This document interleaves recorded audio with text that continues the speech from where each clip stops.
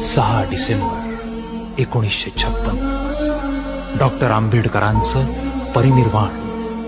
ज्यांनी चंदनाच्या चितेवर भीम पाहिला, त्यांनी याच दिवशी कोटी कोटी आसवांचा पूर वाहिला, कोटी कोटी आसवांचा पूर वाहिला.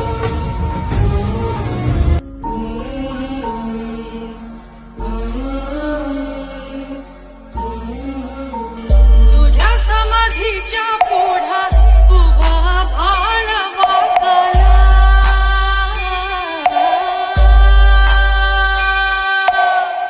तुझ्या ज्ञानतेच्या पुढ्यात कोटी सूर्य फिका झाला.